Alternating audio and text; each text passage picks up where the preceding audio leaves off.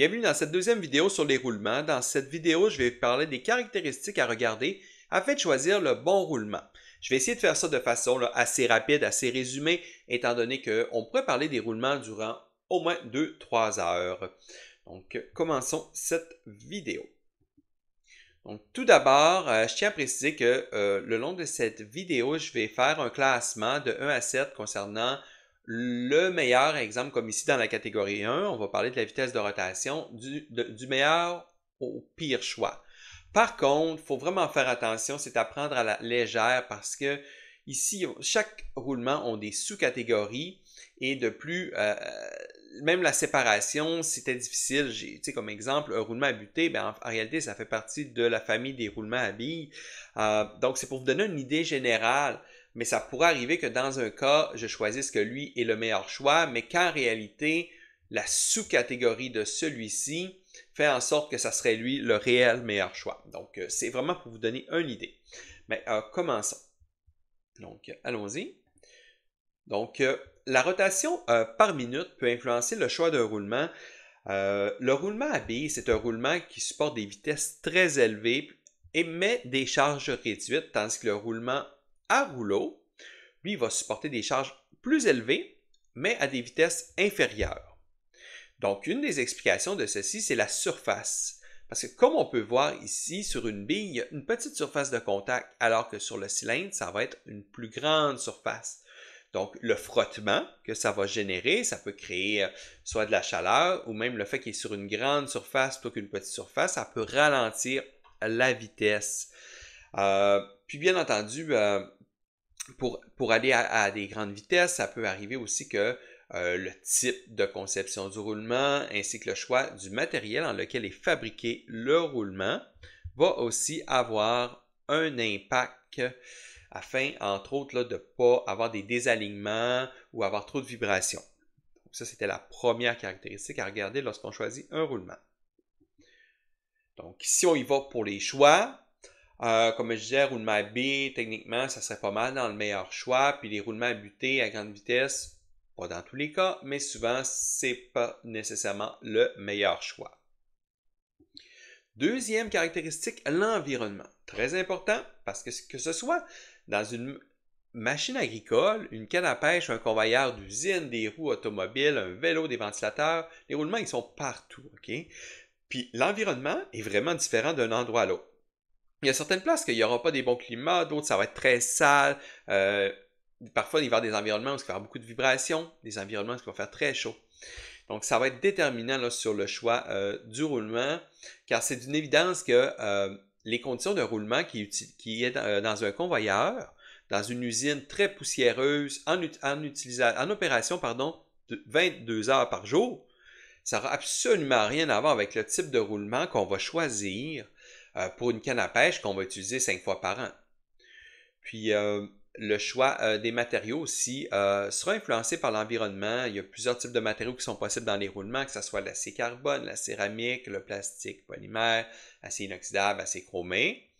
Puis, bien sûr, encore là, concernant les environnements, ça peut arriver qu'on choisisse dans chaque roulement des caractéristiques telles qu'un roulement étanche ou scellé, ou un roulement sans entretien de graissage, parce que, exemple, l'environnement est très poussiéreux. Donc, continuons. Donc, comme je disais, concernant l'environnement, voici le tableau que j'ai essayé de faire du mieux de mes connaissances. Donc, les rouleaux sphériques, je dirais que concernant l'environnement, ça serait le meilleur choix, étant donné qu'il y a une bonne robustesse, honnêtement, très robuste souvent, puis une bonne capacité de charge, puis des fois dans un environnement plus hostile, ben à ce moment-là, ça va être un roulement qui va être souvent apprécié. Puis, même chose pour les roulants, les à rouleaux cylindriques, là, qui, eux, pourraient faire partie pratiquement de la même famille, là. Mais il est comme en deuxième choix, puis à buter, j'ai mis ça en dernier choix. Continuons. Concernant les capacités de charge, plusieurs éléments influencent la capacité de charge, que ce soit le type de roulement, la grosseur aussi du roulement, la taille va avoir un impact, bien évidemment, mais aussi les matériaux de fabrication. les roulements à rouleau sont généralement les choix les plus appropriés lorsqu'ils doivent supporter des charges lourdes ou lorsque le diamètre de l'arbre est important. Donc, parce qu'il y a plus de surface qu'une bille, donc il va avoir nécessairement plus de capacité de charge, là, à moins qu'on compense ce petit défaut-là par un matériau plus solide. Donc, moi, j'irais comme ça. Puis, bien sûr, concernant les capacités de charge, je vous en avais parlé dans mon autre vidéo, il y a la capacité de charge radiale qui est perpendiculaire à l'arbre. Donc, il y a des roulements qui vont être excellents en charge radiale, d'autres excellents en charge axiale. Alors qu'axial, on parle de, il y a une poussée parallèle à l'arbre. Puis on peut aussi avoir des fois des forces combinées là, qui incluent les deux charges, radiales et axiales, ou que ça soit interchangeable. Des fois, ça varie dépendant du sens où lequel va être votre arbre ou quelque chose comme ça. Donc, si on y va pour le tableau, donc ce que je dirais, c'est que concernant la charge radiale, donc le meilleur choix, ça serait, je dirais, les rouleaux sphériques ou là, cylindriques, on va dire.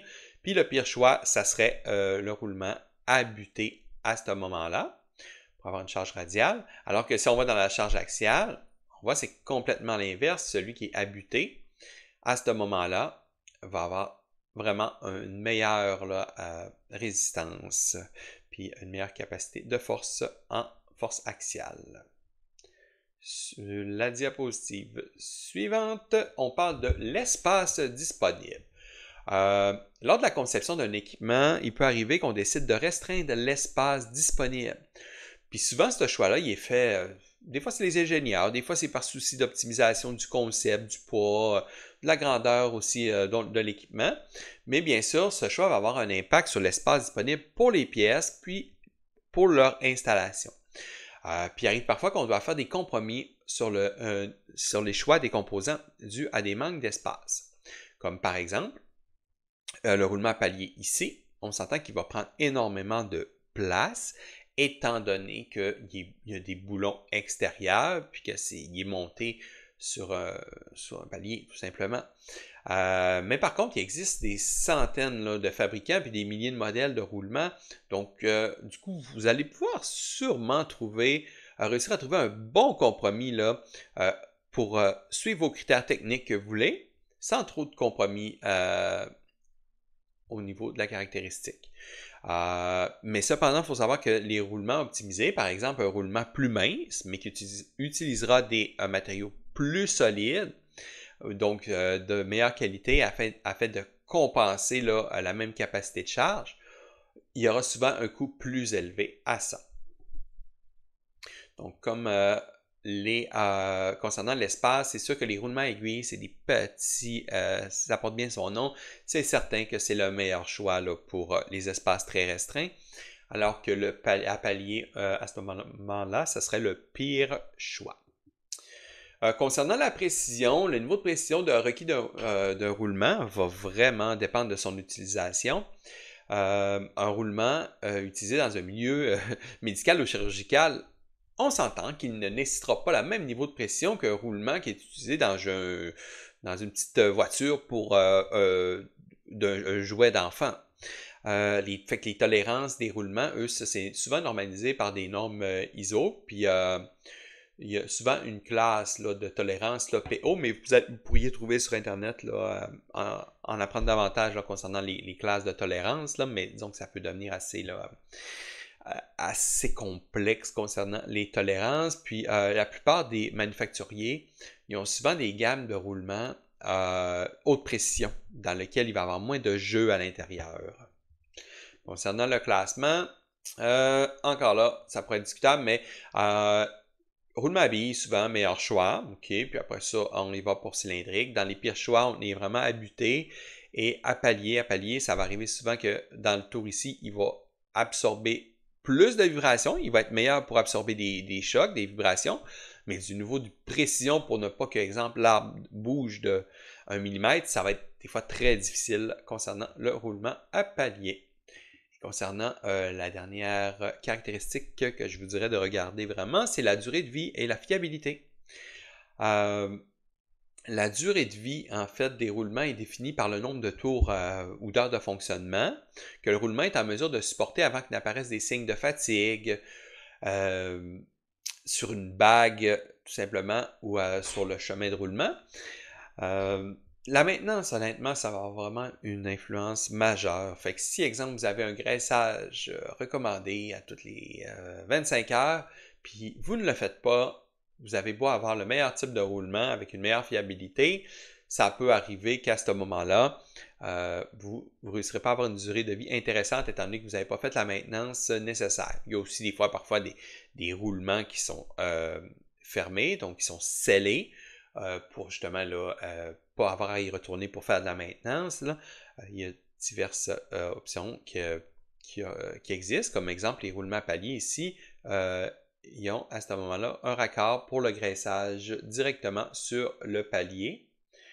Donc, concernant le classement, je dirais que le meilleur choix, ça serait souvent le roulement à rouleau sphérique, ok?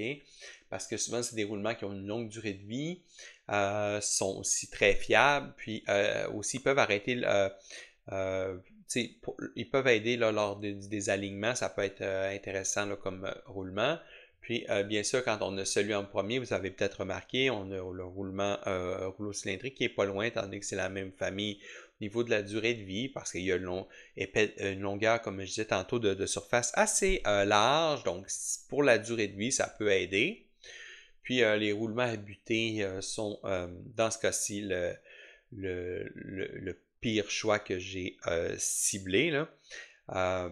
Étant donné qu'il est vraiment mauvais pour supporter une charge radiale, même si excellent en charge axiale. Donc, merci. Au revoir.